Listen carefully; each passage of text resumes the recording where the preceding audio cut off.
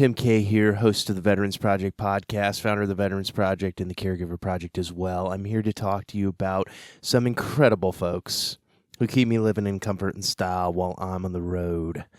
That's right. Hilton Hotels is a world-renowned, award-winning hotel chain known for their first-class amenities, authentic hospitality, and top-of-the-line commitment to your comfortable stay. The name Hilton has become synonymous with hotel. But did you know about Hilton's commitment to our military and its veterans? Did you? I didn't. To be honest, before this relationship unfolded, I did not know. Through Operation Opportunity, whose motto is "Our mission is your success," Hilton Hotels has been able to hire 30,000 veterans, military spouses, and dependents since 2013 with a commitment to hire 25,000. That's right, 25,000 more by the end of 2025. Wow, wow, wow. What a commitment.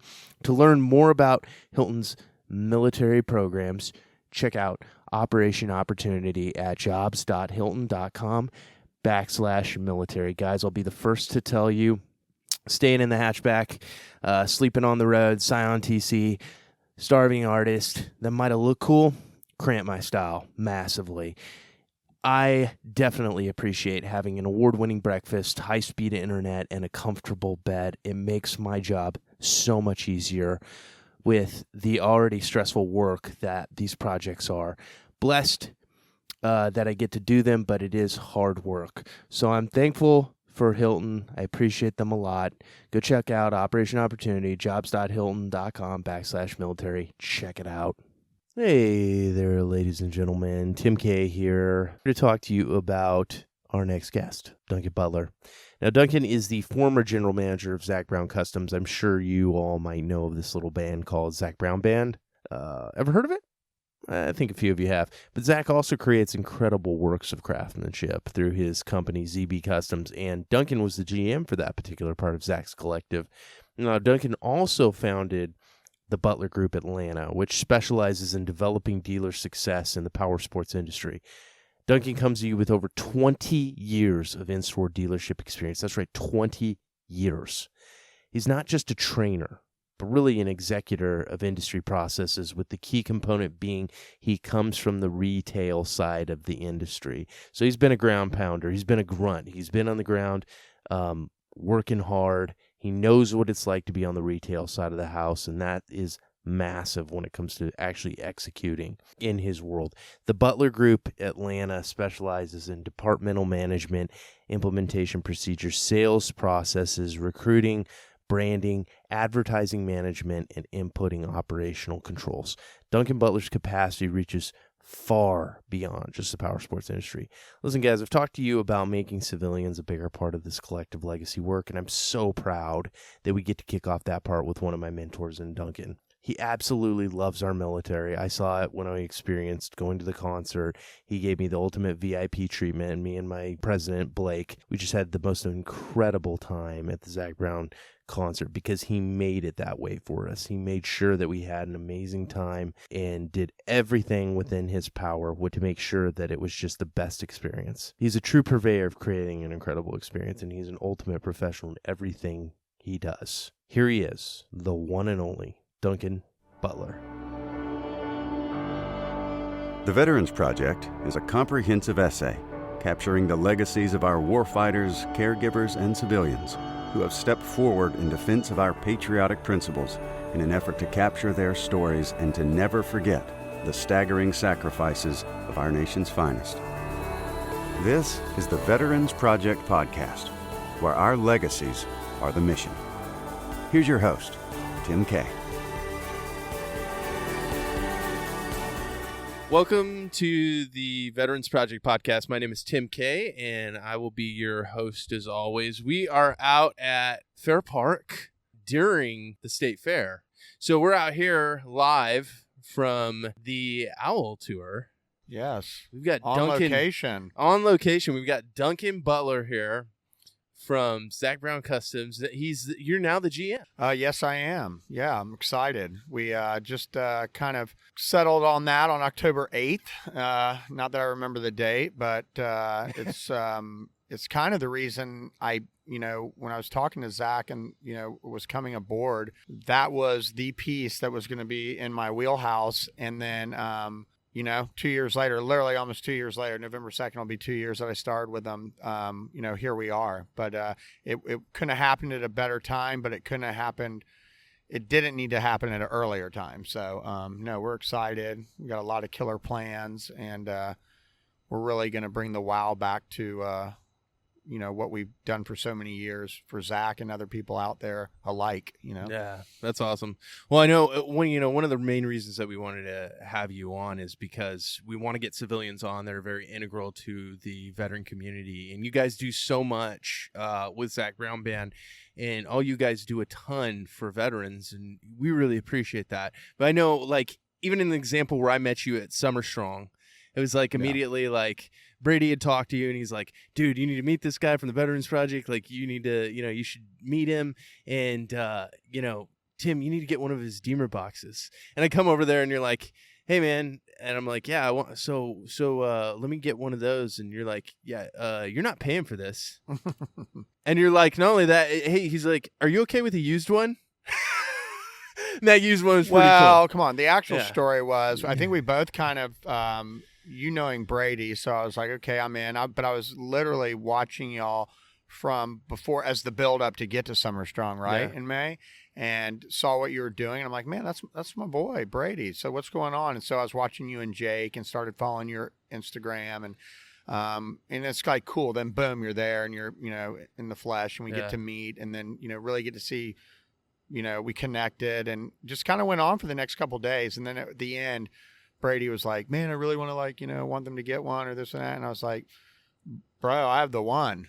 Yeah. Minorly used. I mean, it traveled a little bit, but but it couldn't have gone to a better space or place, and that being y'all and what you're doing, and man, I just and it's not even to showcase it. It's just that y'all have something that you can roll around with and beat up and listen to music and do your thing. So man, I love that thing. I take it everywhere. I'm obviously with this project, I'm out on the road quite a bit. Exactly. And so like being able to take that to all the cool places I go and like show that off, and it's like a natural show off. Like you're just like, you bring it out and people are like, what is that thing? That thing's amazing. It has like a 50. I mean, I'm doing an ad for Deemer Box right now, but it's like 50-hour battery. I mean, it's an incredible sound system. I love it. No, it's killer. I mean, yeah, and it's funny because people are like, they got to see it. What is it? I mean, we've anything from a lunch box to, I mean, we've called it the felony box. Just to get people curious. Right.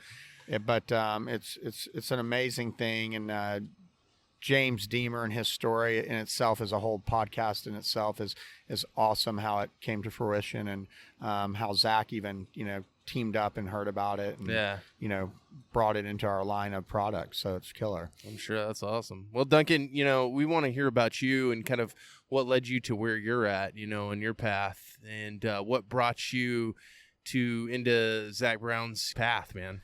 Yeah. I mean, I'm a blabber, so I'll try to do it quick, but just, a little bit of my background. I'm born and raised in Orlando, Florida, was adopted at 2 weeks, have killer upbringing, went through some trials and tribulations, but, have an amazing stepdad, which makes me ache to even call him that. So he's my guy.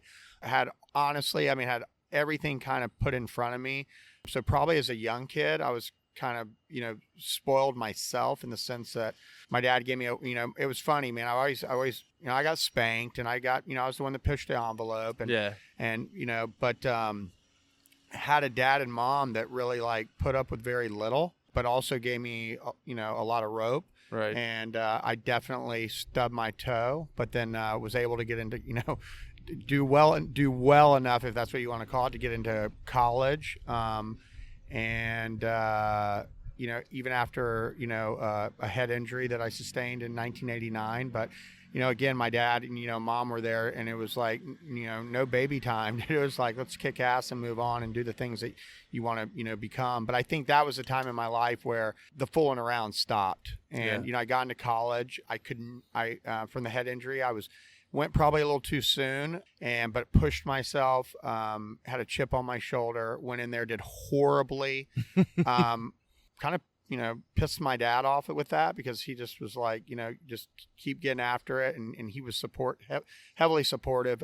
But actually pulled me out of school while I was packing. Right. To go back to Mercer University. Wow. Crushed me, said you can go to community college, you can get a job, and you excel at both.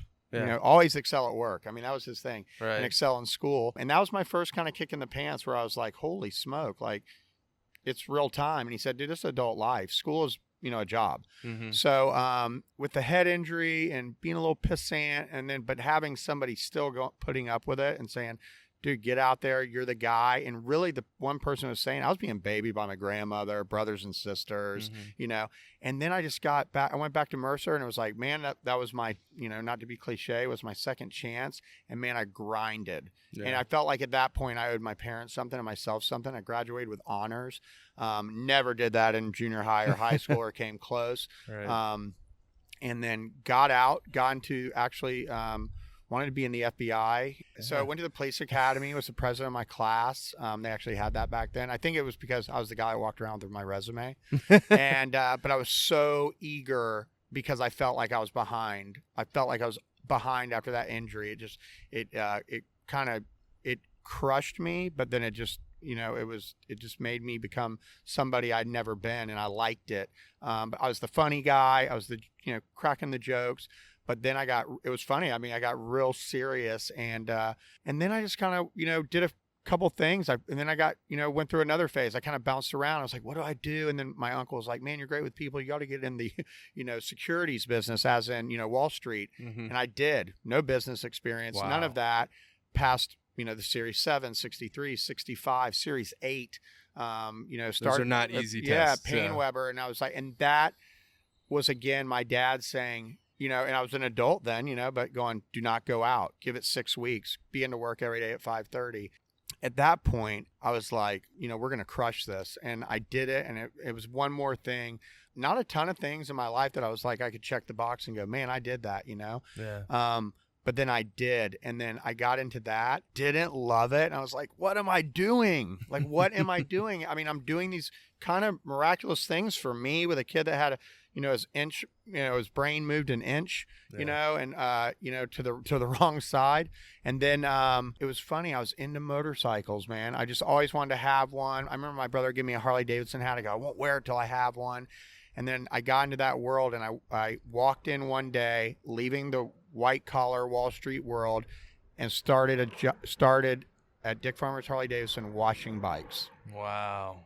And so that was in late 97, and worked my way up to becoming a general manager of a $62 million motorcycle dealership. We had several dealerships. I didn't own, but I was the general manager there. But I did every position to get there. Mm-hmm. So I just learned that world, and that's where I fit. Wow. And then, so anyway, fast forwarding to about 2011, where I was still in the industry. I did 5 years of consulting in that industry. That was my world. I met a guy in a group of great humans, Zac Brown, and all his bandmates and behind the scenes people and friends and some family. And it was through Polaris Industries that he was getting a bunch of product for everybody in the band, and then some other people that had been with him a long time. And that's kind of where it started. And then 2015, I think we really connected, he and I. But and then in 2017, man, he gave me an opportunity. So here we are. November 2nd will be 2 years. That's awesome. What has this process been like? And by the way, if you hear these planes going overhead, that's the sound of Duncan's soul taking off, because this dude is always extremely highly motivated. If you're around him, he walks 10 miles an hour faster than you, and he'll talk 20 miles an hour faster. Because he's moving weight, and he's getting things done, and he's always working hard. And that's something I notice about you, man, is being around you. There's a dynamic about you. It just draws me in. It drew me in right away when I met you. I was like, I want to know this guy. Oh, I appreciate that. But I've seen the way that you interact and treat everyone, but specifically veterans and the respect you show. Where does that come from? Like, what's that? Is that built in? Is that something that your parents taught you? I think it's definitely, my parents growing up with my dad, serving in the Army as a major in Vietnam, as a doctor, officer, as a major. Both my grandfathers, serving. My kind of step grandfather that we grew up with, Colonel Jerry Cherry, was flying over Burma in World War II, did 123 missions. I just remember that. That always stuck with me. That sounded like a lot. It is a lot. Has, confirmed. It's a lot. Not to sound like I don't know what I'm talking about, but, got the two. I think they're I don't know if it's the, Silver Air Force Cross or whatever they get for those missions. The Air Cross, I believe. But he has two of those because I think you can get one after 60 missions flown. So, and he was doing that at 18. And I remember my dad showing me a picture of him and going, look at you at 18, look at him at 18. Like this guy's, and I just remember. That's an unfair comparison. And I just remember, I remember in high school, I was like, I want to be a Marine. And, I'd wear the shirt, and I remember my dad goes, "Man, I'm going to break this kid's heart. He has an arrhythmia. It's not gonna happen, And then, my brother Jamie always has a love of planes and wanted to be a fighter pilot, but had a rod in his leg from skiing. We were water skiers. We've always been water skiers, and tore his leg up and was like, just heartbroken. So it's just always been kind of a family thing.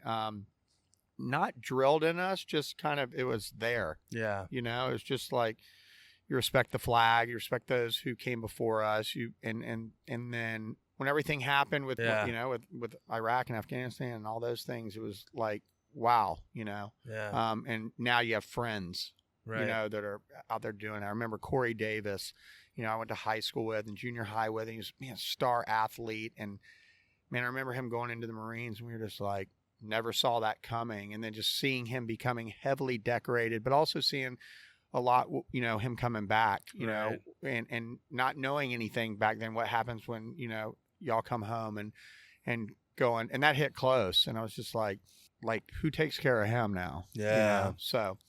And that's interesting, watching the dynamic of, being a civilian and staying at home. I don't often think about it, obviously, because I went to Iraq, but I do wonder what that's like being on the other side of things, watching us come home. Yeah. And you had that very close friend, Corey, and then getting to see him and all the awards that he's received, but also the toll that it takes, right? No, totally. Like, you could see that mentality change and probably some differences. Totally. I remember guys, even when I was in, they were on their 4th or 5th tour, and they were just different, man. Like, they were a hollowed out version of themselves for sure. And you could see that had just propagated itself into something where you're looking at these guys down the road and you're going, what is the final cost of these wars? You don't know what it is. And so looking at these guys mentally is just, it's got to be interesting for you as a civilian, watching your friend come home like that. Oh, totally. And it's like, I'm thinking now, it's crazy. I'm thinking of Tom Fuhrer now. I'm thinking of Brian Jenkins. I'm thinking of these people that I'm not even super close to right now, but if I went back home, we would super go have a beer or do something like that. But I see them on Facebook and Instagram, and I see what they're doing today. And, one's a decorated police officer with the Orlando Police Department and has escorted presidents and delegates and things like that. And I'm like, I remember him as a badass swimmer in high school. Brian Jenkins was the sweetest, nicest guy that also went through cancer, while in high school. And then, just like, how does that work? And so I kind of look back and I'm like, again, and I'm not, I love the life I had. I love the upbringing. I was blessed in that way. And, but it's not for me, it's not a calling. It's just, it's what you do. Yeah. And how do you do it? I never act like I do this. I don't know what I do. I don't know, like, is it a big thing that I do for these guys? But I think it is. I've seen moments where just hugging a dude, or a girl, a woman. Yesterday, 2 female veterans at our what we call our Zamley gathering. They've been friends since high school. They both came to this show together, both Navy, and then one went Navy, got out, and then 9/11 hit and she went back in with the Army. Wow. And I was just like, it's just something different about Yeah. those two people. Doesn't mean I don't like the people next to them or anything like No, that. no, But I gravitate to that because it's like, man, It's powerful. that sacrifice is because I don't know what it is. Right. Right. I mean, that's what I say to myself. You don't know what it is. Yeah. So how do you deal with that as respectfully as possible? Being a civilian, what would you say to other civilians about that, about, impacting that, the community around you? Because obviously with Zac Brown Band, there is this big culture surrounding of community and bringing veterans in. And obviously with the, Camp Southern Ground and all that, there's a lot of children brought into that, coming from underprivileged homes and different, Gold Star kids. And our Warrior Week. And, it's the extreme focus on how we can be a part of integrating them back into society. Right. And it's, and I think, too, you got to get over some things. You got to get over feeling like, oh, well, what can I do for them and this and that. And, my uncle in New York used to always say, when someone needs help, don't ask them if they need help. Just start doing it. That's awesome. Let them push you back. Let them do whatever they're going to do, but just do it. That's your deal. Right. And I do that in business. I'm like, and I was the person always like, hey, because I was asking like to sound like I'm being really awesome. Yeah. Was I being that? No. And then, you sit down with somebody one day and they cross you. And it was my Uncle Robbie in New York City, who's this big, powerful real estate. And he said, and I was like, hey, my friend's, has a, really bad thing. Like, how should I approach him? He goes, just go help him. Doesn't matter what it looks like. Just go do it. And my mom's heavy on that. Like my mom is, boy, my dad's a doer. My mom is doing it, That's awesome. And she's always been, loss of someone's parent, loss of a grandparent, loss of a child, be the first out there. My mom used to tell me, go mow their yard. That's cool. Have your dad throw it in the station wagon, go mow the yard. What are the things that they just absolutely need right now? We as a family are going to go do. Right. And we have 6 kids, so you're employees, so go knock it out. But I do think that sometimes is where I think the more and more I get to be in the veteran world, that I kind of take my wall down. Yeah. And it's awesome to be vulnerable. Mm-hmm. It's awesome to give. And man, just like grabbing someone on the shoulder, man, like you see them, know that. Doesn't have to be a lot of quotes and talks and this and that. But man, dude, I love you. Like just pat on the back, grab them. Mm-hmm. I get to do it and I see what it does. So. I love what you're talking about right now is the part that I really love is the importance of being, of being servant-minded, in that you're not asking these guys how you can help them, because if you ask them, they probably won't answer, man. No, that's just our culture. But I've learned that. Yeah. Did you learn that? But you said you learned that from an early age. Your parents kind of taught you that dynamic where you were always going out there and just doing it. Yeah. And that has turned into what you're doing now. And now you know how to deal with veterans because that's how you dealt with people all along. And now you're seeing like that has a real place in our community, because that's how we get help the best, by not asking for it, and having someone just come to us and do it, man. Like that's awesome. Well, I mean, I would always think, where it's playing a sport, it's being part of this machine. Yeah. It's like, when I first came out here, I was like, what do I do? Like, how do I fit in? Like, how do I help?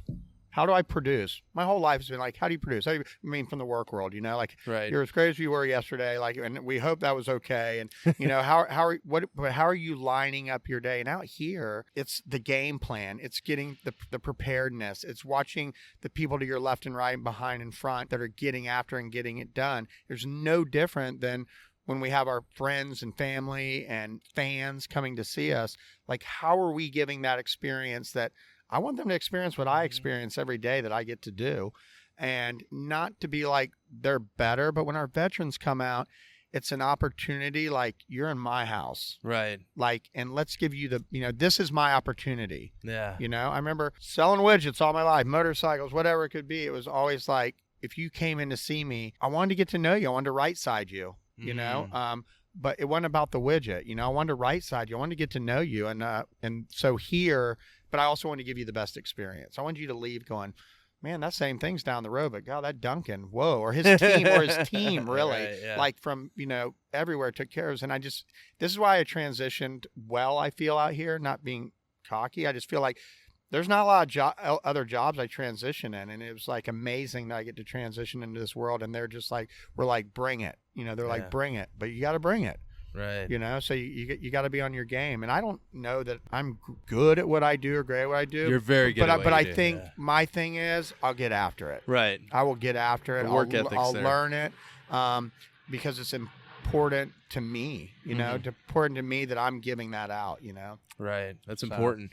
We're obviously live on the tour right now. We're just outside at Fair Park, and they're getting ready to play at the DeSecchi's I think he Pavilion. planned this. Yeah. Huh? Yeah, I planned this. Yeah, perfectly. Yeah. That SD card will crash, Yes. and we will make it happen a second time. Like we had to do it here, man. Texas, Fair Park, State Fair. Obviously, you see so many things out on the road, so much incredible support of the veteran community coming from the Zac Brown Band family, as Zamley, as you call it. What do you do to personally make that veterans, I mean, I've seen it, and I can tell people, how I feel important when I'm around you. I always feel important. You always make me feel important, which is really cool. Oh, How do you thank do that? What is providing that experience look like? Well, I mean, taking me out of it for a minute. I mean, it's like, I think it's why we changed we're the Zac Brown Collective. We collectively, our job is to collectively give an amazing experience. I mean, whether it's our head boss, Zac Brown himself, writing a song about your community. Oh yeah. Warrior. And having that be about a particular person that we know, Mhm. and not to mention names, but that we know personally. But also, there's a lot of those one persons, Yeah. right? So it's a community, and I think my biggest thing for me is almost pushing. Now I push more than like, hey, we're gonna have so and so come out, or we're gonna have a group come out through our sponsorships that bring veterans out, just to have a good night of fellowship and music, and just to let their hair down and just get after it. But now that I've watched that for 2 tours, or maybe the first tours when I really got involved with it, that's something I was drawn to. I was drawn to seeing that. I was amazed that the people I work for are behind that, for nothing for themselves, but they're givers, and they want to do it really well. And I think now that I kind of know how that works, and I have the opportunity, that it's who's in the area, who's coming, who are people that I've met on the road, or who I've met through different events like Summer Strong, and different people in the military communities in Virginia Beach, Virginia, and meeting on Instagram and meeting through other friends in the military, is just simply reaching out, like, come to a show. Yeah. There's no holds, no this or that, man, if we can get them out. And honestly, selfishly, I get fired up. I love it, because I want to be part of that experience, and I think I can give it. But just, I've just met the most appreciative people on tour come from the community, the military community, and that's it. Yeah. They do, and so I want.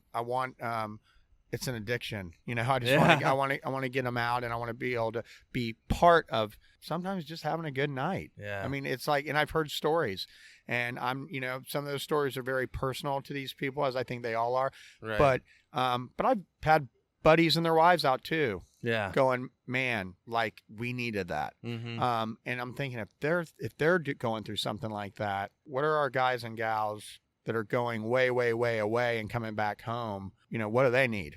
Yeah. And I know I'm not a doctor, and I'm not going to cure PTSD or help with TBI or things like that. But man, I can be in the process somehow. Right. I can be the little, piece, widget, part of the puzzle. Yeah. I mean, that's one thing I'm impacted by on the tour, and, being around you and the places that we've been, Southern Ground, and, and going out to the camp and being out in Georgia and getting to see the whole culture of it. Yeah. It's just extremely positive. You feel this vibe about it where you're like, I want to be here. Yeah. From the way each room is, designed, to like the people sitting at the desks at the front, just how everybody treats you is so impactful, and you feel important. it makes you feel good. Well, good. That's I mean, that's what we're doing. We're doing an ad for you too. Yeah, we love it. Yeah, but within that, what do you think makes this team so powerful and so impactful in that area as far as the veteran world goes? I'm speaking specifically on veterans. I know Zac has a ton of different things that he does for different causes, and specifically with the children and all that. But what do you think is so, impactful in the military community? What do you think about this culture? That it drives us? Yeah. I mean, is that the question? Yes. Well, it starts with Zac. I mean, we all have our individual feelings. We all have our reasons. But it's when you go work for somebody, and I work for somebody. Yeah. I don't work for this monster corporation or this or that. I work with somebody that, like, you want to talk about grinded and has, like, done multiple things and probably been told no to multiple things, and it has been majorly successful and shared that. The military community is on the first of his list, mm-hmm. To be able to share his platform and give back. It's interesting. I mean, I want to do Zac can always speak for himself, but it's Zac finds people not similar to him or similar to each other, but have something in them mm-hmm. that can allow all this to do this. And that's back home here, camp, Nashville. And then, but then we all, have a big vision on, how we can help those around us that have been affected by, being in the military. Yeah. If that makes sense. I don't know. It's a, I'm not always the best, answer to the question, but I just, in my mind, as it goes 180 miles per hour, as it always does, and my heart rate sits at about 137. That's what I think of. I see him, and it's one that connects a lot of us. The culture descends from the top. And he's really good at that. And then he just lets you, I don't know if it's you and I talking the other day, but it just allows us to go for it, and that's awesome. And Zac always says something. He goes, when we do something, he goes, it's got to be at our level. And he doesn't have to say anything else. And so for everybody that works back home and different businesses back there, to out on the road, to the back line people, to the management team, it's like everything might be a little different of what that is, but we know what that level is, That's and awesome. A level in what we do. And so for me, it might be the level of experience that I give to someone or a group, or that I give to my job when I get up in the morning and I'm doing it. I mean, you see me running over, Deemer boxes and charging golf carts. And, it's not like always super sexy, but it's machine member there, man. But you just, you get it done. Yeah. You get it done. That's awesome. Can you talk specifically a little bit about being in the ZB Customs, the general manager position now, and kind of what you're wanting to do there, and really what you see your role as? Yeah. We have amazing, creative, artistic, engineer brains running all around me. What I think it's like anything. We were missing something. We were missing our wow. We were missing our identity. Yeah. And that wasn't going to work with me. And in the sense, I mean, is like, I'm a people person. I love working with great people, and I'm kind of the needle dude. I just poke people which is not always the best for people, but I want those guys that we have right now to be everything they can be. Right. I think we had some top guys that were a little down. So it was starting like, let's get our culture right. It didn't take any time. I mean, I've literally been doing this for 2 weeks, and that's not me, but I will say one thing I do. It's like, man, dude, I get dirty. I'm a manager by walking, in the sense it's like walking in their shoes. Yeah. I have no problem being asked to go grab this, do this. But I really called myself the addition. There's going to be a day where I'm the boss. Yeah. And I got to be the boss and do all that. But right now, I want to be the addition. I want to be right by their side. I want to be getting them what they need. But we're 2020s, we're going to blow it up. Right. We have amazing projects underway. We're going to be out and about all around the United States at different events. We're planning that right now. And We're going to be heavy on social media because Yeah. that's going to be me. I'm going to take that over, and that's kind of my baby, and I like doing that. So I hope everyone will jump in on that. ZB Customs. Yeah, Instagram right and, there. yeah, right now we're we had something put up like in May, so bear with us. We're under construction, but we're going to come out. My vision is to really focus on, and I told everybody, get ready. I said, I hope you're not shy, because I'm really going to focus on the talent that's there. Yeah. And showcase their work, and we're gonna do things right. Yeah, and talk about specifically. I should have probably prefaced that Sorry, with. Ray, sorry. No. Don't apologize. It's my job. It's my job to lead you to the right questions. So ZB Customs, talk a bit specifically about what the company does and what you're. I mean, obviously it's owned by Zac Brown, but owned by Zac, his baby, that knives, Yeah. And everything else we do, but that's really, where, he's been doing for a long time. Customs is from anything paint, wood, metal, leather. Oh, wow. So now when I say that, wood can be amazing 10-foot doors we did for Shaquille O'Neal's man cave. Wow. Or it can be for a beautiful back custom wall and front, like when you walked into, per se, our foyer or waiting room, but that we're doing for doctors' offices now.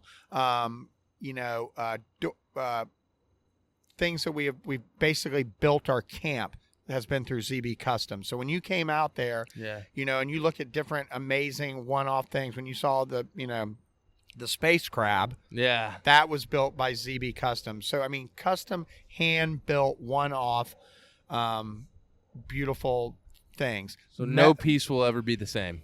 Our studio in Nashville, if people ever get a chance to visit, that is all done by our custom shop. So, custom wood floor inlays, ceiling, tongue and groove, sound rooms, things of that nature. We do custom paint jobs on motorcycles, custom pieces for motorcycles. We just a numerous killer vehicle projects, a lot of scouts, internationals. I saw that Iwo Jima paint job. Yeah, and that was amazing. the War as Hell bike, which we were able to raise almost $250,000 right for the Shepherdsman program in Atlanta. Wow. Leather, we've done amazing interiors on our vehicles. We have one vehicle we call Commando. It's a monster Dodge truck, but it's just fully dialed in, all alligator. Wow. Which I don't know if you saw that. No, at I don't. Strong, I did but that's not. what I wrote brought to Summer Strong. So just honestly, whatever your imagination can think of, there's a good chance we can do it. It is truly custom. What would you say to veterans getting into business, into work like yours? Obviously, you kind of developed your own positions. Yeah. Zac brought you in. He's kind of like, hey, man, make your role. Yeah. Choose what you want to do. Exactly. Yeah. What would you tell to veterans looking, to get into space and be an entrepreneur and having that drive to really come into a company and, look at things differently? What would you tell them? Or is it something you can't tell them? The world is so different in the work world, it's so entrepreneurial. Yeah. It's so technical. It's so, like when I was growing up, it was, the way I was raised is like, you're going to do this and you're going to go to college and you're going to probably, try to get a white collar job and this and that. And I end up in motorcycles and blue jeans and Harley-Davidson t-shirts, occasionally a button down. I think you need to look at what's your vocation? I think there's so much out there nowadays to kind of see what is it that you like? And, I think it used to be remember people used to always say, me growing up, I'm older than you, was work's not fun. Yeah. Work's not fun. No, my dad said that. And, work's not fun. It's, to go get a job and build your career and then, hopefully retire at a certain age. And I'm like, BS, that's not me. Yeah. And that's why I think now, being older and a little wiser, I can look back and say, man, that's probably why I bounced around to something till I found it. When I found motorcycles, man, I was on. Yeah. Didn't know the first damn thing other than how to ride them. I don't even know if I did that well. But, man, I was hell bent. Man, I can make a living at this. Yeah. And I can do this. And I just think you got to find something you like, but it doesn't mean it's going to be the first job you get. Right. Right? It's not there's not this like you get to go pick the job you want. But if you're able-minded and you'll work towards it and you'll get yourself lined up to do the things to get you where you want to be, then it's there. Yeah. I mean, work is there. Yeah. You know, you just don't always get to start with what you want to do. I mean, at 26 years old, I was wearing custom cufflink shirts, and I mean, I was on the 13th floor in the Copper Towers, what we called it in Orlando, and I started washing bikes for $6 an hour. And the best thing that ever happened to me, I said, Dad, I'm going to make it in this business. I mean, you know, I hope you're like not mad at me. And he's like, man, you're having the best time of your life. Yeah. Like, you're having such a good time. That's all I want for you. Right. You know? And, you know, I thought my dad was a doctor, and, you know, but man, my dad came from a dirt farm in Georgia. You know, he had nothing given to him. You know, my grandparents, I told you before, were civilians at Fort Benning. You know, ROTC put him through school. Yeah. He got out at 28 years old and went right into Vietnam. So, Wow. so I mean, so I had that to look at too, Yeah. and I had that mentorship, and it wasn't always pleasant. Yeah. You know, But he probably wanted you to have a better experience than him. definitely. life. He always Yeah. said, "Step up on my shoulders, man. Step up on my shoulders." Yeah. And there wasn't a thing that it was. Do it. You Right. know, Just do it. and I wasn't one of those kids who grew up like, I want to make my dad proud. Of course I want to make my dad proud. But it was that going through that head injury and having him kind of being one of the few people that stayed on my side, you know, Yeah. with not babying me, but being tough, Right. but being the right kind of tough, and being that coach and needling me. And man, did I hate him? Yeah, I hated him. Yeah. I mean, dude, I wanted to fight him, but that wouldn't have worked out well for me. But that's where I got my drive, and I think that drove me to really find what I wanted to do. And I went through some down times. I used to always, I mean, I'm talking about still, man, I bounced to this job, to this job. Dude, it's all finding what's good for you. So you're going to do that. You're going to do that. But I would just say, get ready to work. Yeah. Go after something that you're passionate about, but don't be scared to start at the bottom, because boy, one day you'll probably be the boss. Yeah. You know, and I've been the boss, and once you get that, that gets scary. Yeah. You know, Sure. because, you know, I always learned by being the person in charge, you're responsible for everybody. Right. And that's a big deal. And I'm so blessed to think that I've gotten to have that part. And then I've gotten to come out here with Zac, and it was just me. Yeah. First time in my life in 15 years, it was just me. Then it was like the responsibility of make things happen, you know? Yeah. I don't know what the advice is, but you can't, you know, I hate to use the word wimp, but you got to get after it, but you got to be smart about it, and you got to plan, Yeah. and you've got to be ready to fail. You know, and I hear so many people say that. It's probably the best thing people say. Yeah. Just be ready for it, but but know it's not going to be a fun time, and know that, like, it's not always better for everybody in 2 weeks or 6 weeks or whatever. But man, you keep getting after it. Dude, I got hit in my head. Yeah. Like, I mean, like, I'm like, you know, and luckily, you know, I had Steve Butler say, okay, it happened. What are we going to do? Like, Yeah. you know, so I remember my dad would have the triangle on my bed in the hospital and would have me do like some kind of pull up or Yeah. something. And they'd come in there and they'd be like, Steve, because they knew who he was, you know, like, get out of here. But he was the guy. Just one thing I want to tell is, like, talking about like work or doing a job, talking about something hard. I couldn't tell you what a button was on my shirt. Wow. I didn't know what a pin was. Wow. I didn't know who I was. Jeez. And my dad would sit with me every day, made me read a newspaper. I couldn't read a sentence. Yeah. A sentence. And he went, there you go. Yeah. There you go. And I remember the Orlando Sentinel. I remember I would read the whole thing. 6 months later, I was reading the whole thing, and I was telling him every section, style, national, you know, state, whatever, blah, blah, blah, and would telling him everything about it. And so, man, if you just got to have you know, somebody around you to motivate you. You got to just do it. You know, so many people are looking for the magic bean, and it's not there. We're made to come back. We are made to come back. Yeah. So You persevered through that. yeah. Can you talk a little bit about, you know, where that came from? You know, that sense, was that, you know, having your father by your side, knowing that you had to work through it, you know, where was that motivation? You know, where did that come from? I think I got mad, and I was tired of being mad, and I was an excuse maker. Yeah. I was a blamer. Mm-hmm. And I had a guy by me that wouldn't put up with it. But you know what? I had brothers and sisters that I just admired, and was jealous of, and they always made the honor roll, and they always did this, and I would downplay them, in a sense. But then it's like, and my mom calls me the glue of the family. I think just because I call everybody and harass everybody, and but I just think I had a really killer little monster army around me, and my brother Alan lives in Atlanta. He's like literally my best friend, who I don't get to see every day, but he's my best friend. Yeah. My brother Jamie has done amazing in the business world. Socially, we're still working on that, but he's amazing. So he's been a person that I've really been able to reach out to at sometimes when it was really hard to be like, this is the guy I got to ask the question, and then just to watch him turn around and be the most amazing brother ever that I just didn't see growing up, but as I became an adult.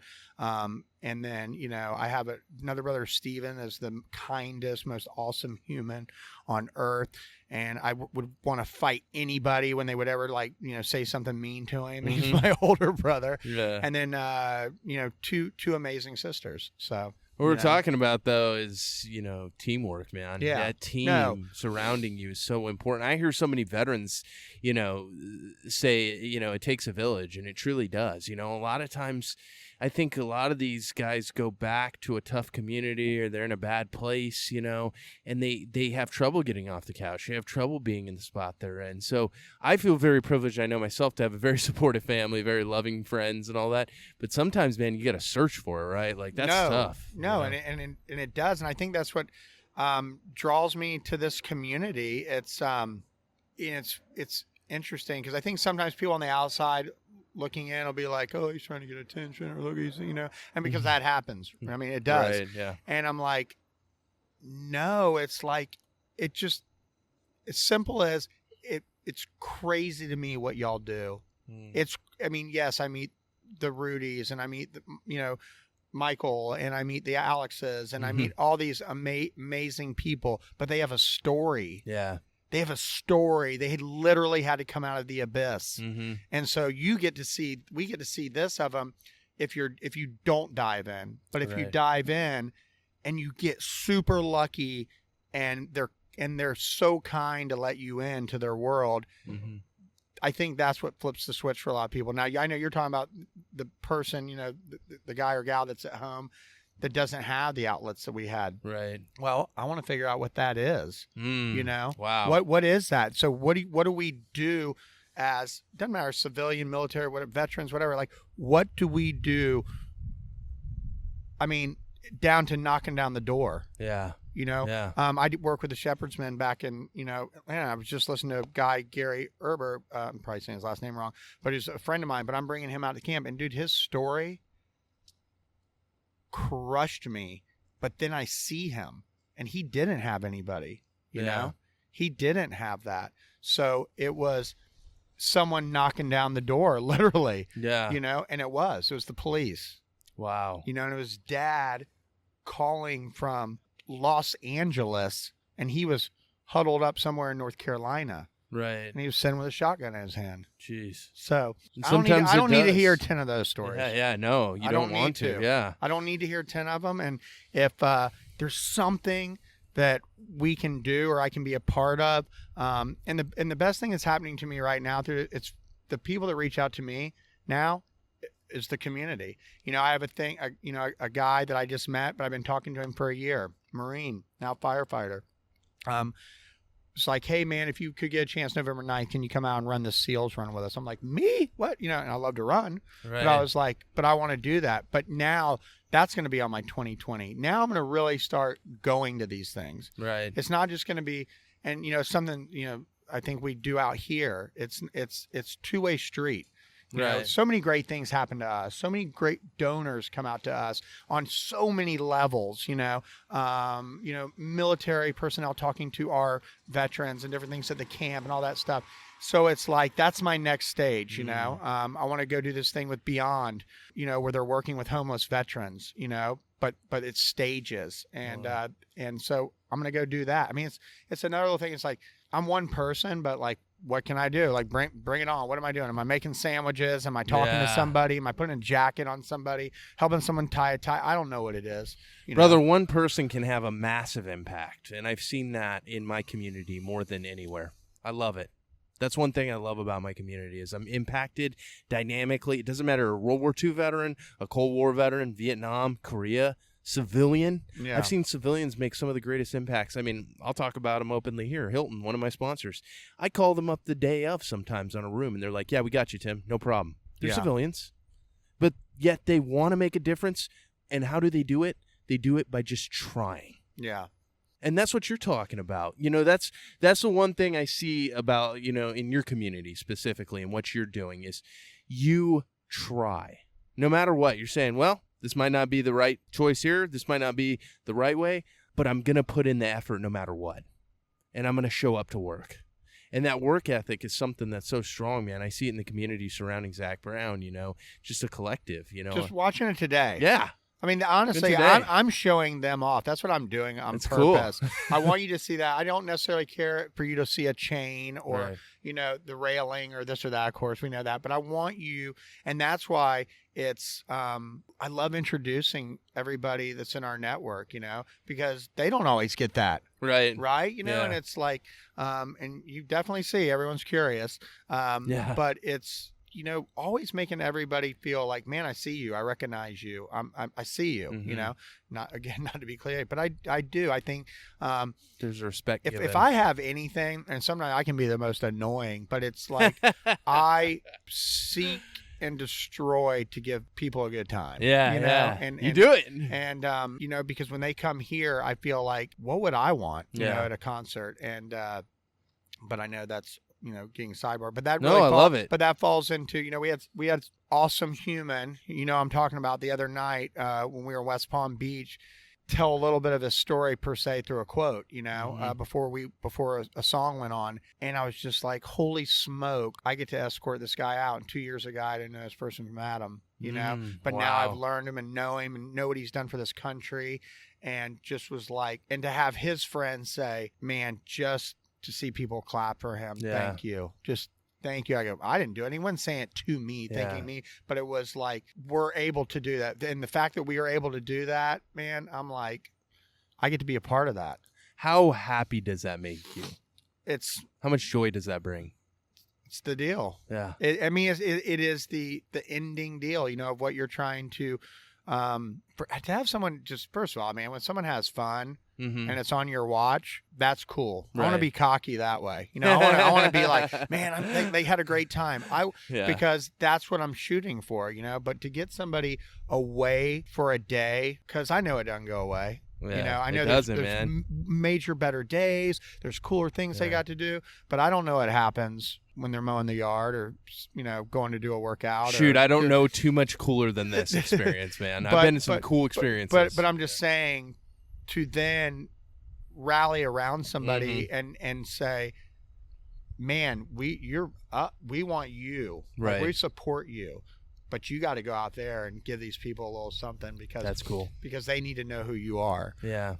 It's just, that's, I don't know. I'm just happy to be. I kind of feel like I'm part of the community. So, And, you are. And I've gotten to go out to San Diego and see really cool things. And the seals, right? And that hit me. Yeah. I mean, that hit me in the face. That's cool. That hit me in the face, and I didn't, in the sense literally. That, the dog, luckily not my face, but it was just to walk. I mean, that's walking amongst giants out there. That is, and just, but again, I was weird when I walked on the beach, because I felt like, why am I watching these badasses, that are training to hopefully make it to protect everything I get to do? And I had a SEAL tell me, he's like, they shouldn't even be looking at you. They're earning it. And I just went, man, God, just eat it up. But he answered my question, But I was vocal. I'm vocal. I just said, dude, I feel a little disrespectful being out here watching them do that. He goes, they're earning it. Yeah. And I just love that. And it just makes me even more go, if they're going to do it, I'm going to do it. And I'm doing it a lot, in a different way than they are. But, it's just fun to do I mean, I get to say I did some pull-ups, Yeah, you know, that's cool. there, Yeah. and I got to, wear the dog suit, and I got to really, they allowed me to be in their world, and man, I love that, Obviously, being on tour is awesome. It's kind of a new world for you. What is the coolest part about being on these tours and seeing the band? Honestly, I'm going to say first and foremost, Mm-hmm. rolling with these people. Yeah. I mean, it is. It's rolling with the people that I work with. I think it's cool. I think we get emotional at the end. I think tomorrow, all the tough guys in our group and all that stuff. It's the last stop. Everyone tomorrow, right? will just kind of be like, ugh. Yeah. Because we wear ourselves to the bone. Mm-hmm. We give everything it has. We're away from our families. It's a song, Yeah. but Sounds like a good we country are song. so like to be part of this connection. At a summer song we talked about tethers. Mm-hmm. Yeah. Yeah. I mean, I wake up and I'm like, man, am I doing this? Yeah. Like, do I get to do this? It is one of the coolest jobs. ever. Yeah. But it's like because the people are so amazing. I mean, I've made like amazing lifetime friends, and now have places to go and be like, man, show me your world when we're off, or I can go, hey man, I have so-and-so coming to Nashville, and I just know they'll be like, okay, they need to go here, and if they want to, meet up with us later, they can meet up with us. It's an amazing group of people. And then the second would be, man, the people I get to meet, and it's the people I get to connect with. And I'll just say, like yesterday, man, it's like to meet with those two female veterans, Mm-hmm. and to be able to hang with them, and they're feisty. Mm-hmm. And I loved it. And then to watch them front row of our concert and going, man, that's it. Yeah. That's it. Like Created an experience. Our team is bringing those people something, That's powerful. and it's just you watch it, and then now something about them, and that's why, and I love sharing the stories of who we are with people that come to see us. I love to give names to the band members, and tell a little bit about them, and watch people watch the concert differently. Yeah. I feel, and so it's an amazing opportunity. It's been a dream ride, but with it comes a lot of responsibility. Yeah, massive amount. And that responsibility, taking care of people is the bottom line. Right. It's what we're made to do, and in all types of situations. And I think that's why we're here talking today. Right. And we're building our other army. Yeah. Right. Yes, sir. To take care of all of us. Yeah. And it's just crazy. I got Rudy in my head right now because you're talking about it, and I'm just like wondering what he's doing right now. But probably on Mars right now, doing pull-ups, checking in shirtless. as it's LA. Yeah, but he's really on another plane. Yeah, and by plane I mean Universal. Yes, in another galaxy. Yeah. So I think you're pointing out to some really important things with storytelling, and having a massive impact on the community experientially. And that's one thing you're doing is you're creating stories, in these people's lives. Beautiful memories that they can take, and carry with them moving forward. And that's powerful, man. Like that community becomes something that propagates itself and creates more people that want to help out because they see the impact that you can have. And I think that's something a lot with civilians where they're like, I don't know what to do. I don't know how to help. But you've said it yourself. It's just getting out there and doing it without asking. And you were taught that, from a very young age. I mean, come on. It's awkward to walk up to somebody and want to shake their hand. Yeah. It is. My mom always made us, because there were so many of us, so many Butlers running around. Yeah. It was the kid that was the only child, or the family of two. Like, we had to go take them into our nest, and we were just the most like, yes, come on, we love you. We're like, no, we want to do our own thing. But it was just always having that instilled in us is like, don't walk away, right? Go in, yeah. Or if and when like we were 4 boys of scrappers, although I scrapped a lot, but I was so small, but with you're 4 boys, you're scrapping. You you're have getting to, after it. yeah. But it was my dad saying, kid that was getting picked on at school, and my dad saying, I got 4 boys and that kid's getting picked on. And we were just like, huh? Well, we'll get in trouble. He's like, not for that, you won't. Oh, yeah. You know, no, you won't. Yeah. And you gotta do what you gotta do. yeah, and I just think it's awkward and like just going up to somebody, but I think that's part of doing it. You just it's not supposed to be comfortable. Yeah. It's not supposed to be comfortable. It's not. I mean, I don't know how hard is people that we've met, that we know, just that we've met and we personally know, to tell their story. Yeah, it's hard. So it's you got to go after it. You got to go to them, and sometimes you're going to be pushed away. Yeah. But man, a lot of times they're going to think about that and go, man, they reached out, and so you just got to keep doing it. Yeah. You just got to keep doing it. It's like I saw this awesome hat, of this special forces guy's probably 70 something years old. And I was flying home from one of our trips and I just was like bouncing around my seat. I was like, I want to say hello to this person. And I remember we stepped out and it was just him and his wife. Mm-hmm. And he had a little trouble getting out of the chair. I was like going, man, that guy 40 years ago was kicking ass. He was doing some bad things. He was getting after it. And so I was like, man, I want to just say hello. And that's all I want to do. And, I remember I had to come up from behind, I was walking up behind him and I was chasing with my roller. And it just ended up, it was weird. It was just the 3 of us in an airport in Atlanta. How's it just 3 of us? And we must have been like on way, way away. Yeah. And I just said, sir. And it was amazing. He just turned around. Yeah. And I said, I just want to shake your hand and I'm out of here. Yeah. And he just stuck it out and never said a word. And then I was like, I get it. I mean, he commanded that respect. But that age range and that time, they get it, Mm-hmm. Yep. And then you get the person that says, oh, I didn't do anything. And it's just like, there's so many different things. It's just like, but you got to do it. I got asked that question the other day from a follower of the project. They came to, they sent me a message and they said, my sister has been in some really awkward situations. She loves thanking you guys, but she doesn't really know how to properly do it. And I said, man, don't think about it. Just do it. Like, don't worry about us. If someone gets offended by that and she has the best intentions, well, they just got offended and you move on. Who cares? Yeah. For me, if you have the best of intentions, then you're fine. That's how I view it. And I'm like, so she asked me, how do I greet him? And I say, just thank him. If you want to thank him how you think is best. Yeah. Go in there with good intentions, and that's all you can do. Yep. You're not responsible for the way that person reacts to that. So I'd rather err on the side of saying something than not saying something. Yeah, definitely. I think that's powerful. So, Duncan, to, kind of wrap up, and I know you've got a ton of stuff to be doing for the rest of the show in creating this incredible experience.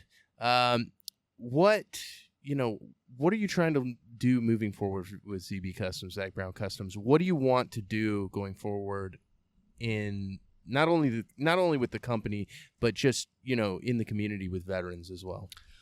Oh, I think we just have such a platform now to be able to do, and thankfully to Zac, and I'm always going to go back to that, is just we don't know what it's all going to be because it's still new to me.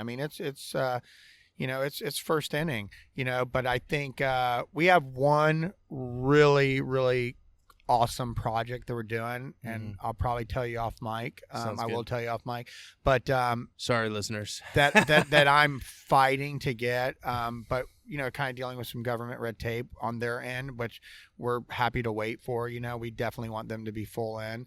But they approached us, so it's awesome. So I hope we get that. So that would be a major start. Yeah.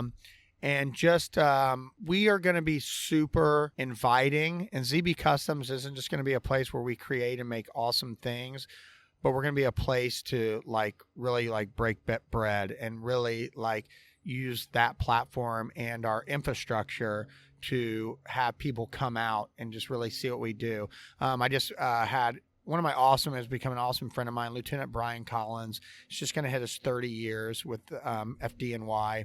Wow. He is pretty much one of the top guys at Ladder 10, Engine 10, right where the towers were standing. I got that sticker on my Deemer box. He was on the phone that day that was going down. Wow. I just got to go to a thing with him last week, and he brought me this amazing bench. But it dawned on me, I was like, man, you're a woodworker. You make killer stuff. You love our stuff. So he's about to retire. And I said, come spend a week with us. Wow. And build something with our guys. Man. And use our machines, or learn about our CC machines, and let our guys just really and it's on us. Let's do something, Pick let's build something together.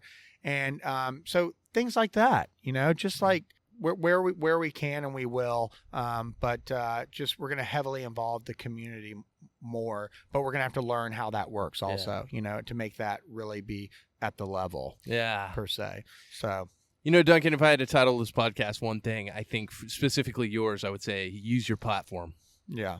And that's what my head keeps going back to, that theme. Thematically, I'm thinking about use your platform. You're using your platform that you're on right now to help out veterans, to help out the community as much as you can.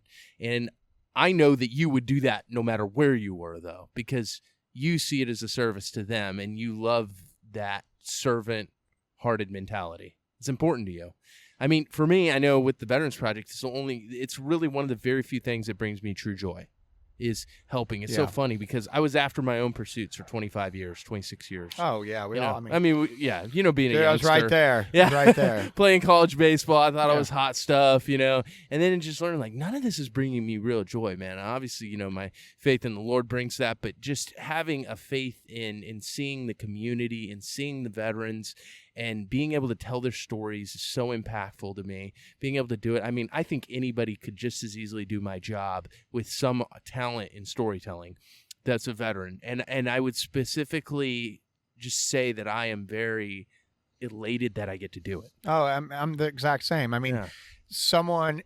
There's a ton of people out there that can do what we do. That was my world in the motorcycles. Who's outworking me?